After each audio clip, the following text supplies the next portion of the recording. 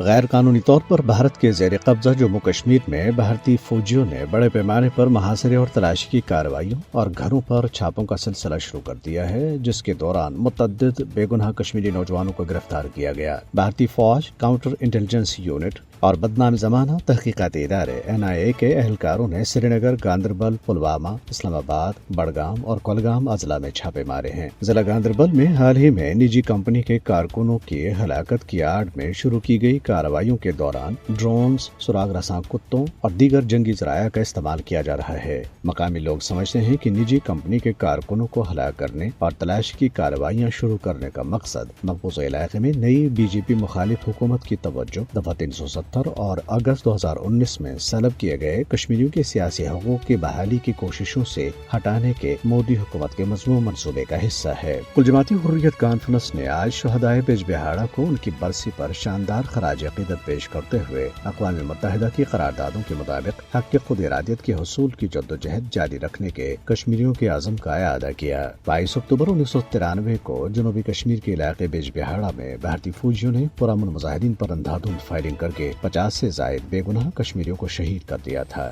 حریت conference کے ترجمان advocate Abdul Rashid Minhas نے سری نگر میں ایک بیان میں سانحہ بیج بہاڑا کی غیر جانبدارانہ تحقیقات کا مطالبہ کیا۔ انہوں نے حق خود ارادیت کے حصول کے لیے جدوجہد جاری رکھنے اور BJP کی کشمیر دشمن پالیسیوں کو ناکام بنانے کے لیے کشمیریوں کی صفوں میں اتحاد و اتفاق پر زور دیا۔ انہوں نے 1947 میں جموں کشمیر پر بھارت کے حملے کو نوآبادیاتی تاریخ کے ایک سیاہ باب قرار دیتے ہوئے کشمیریوں سے 27 اکتوبر کو یوم سیاہ منانے کی اپیل کی۔ دریاسنا کل جماعتی حریت کانفرنس آزاد جموں کشمیر شاخ کے ایک وفد نے کنوینر غلام محمد صفی کی قیادت میں کراچی میں جماعت اسلامی کی قیادت سے ملاقات کی۔ ملاقات کا مقصد شہر میں 27 اکتوبر کو ہونے والی بھارت مخالف احتجاجی ریلی کی تیاریوں کو حتمی شکل دینا تھا۔ ادھر بھارت میں مسلم اسکالر اور انسانی حقوق کے کارکن عمر خالد کو نئی دلی کی تہاڑ جیل میں نظر بندی کے 1500 دن مکمل ہو گئے ہیں۔ انہیں ستمبر 2020 میں گرفتار کیا گیا تھا۔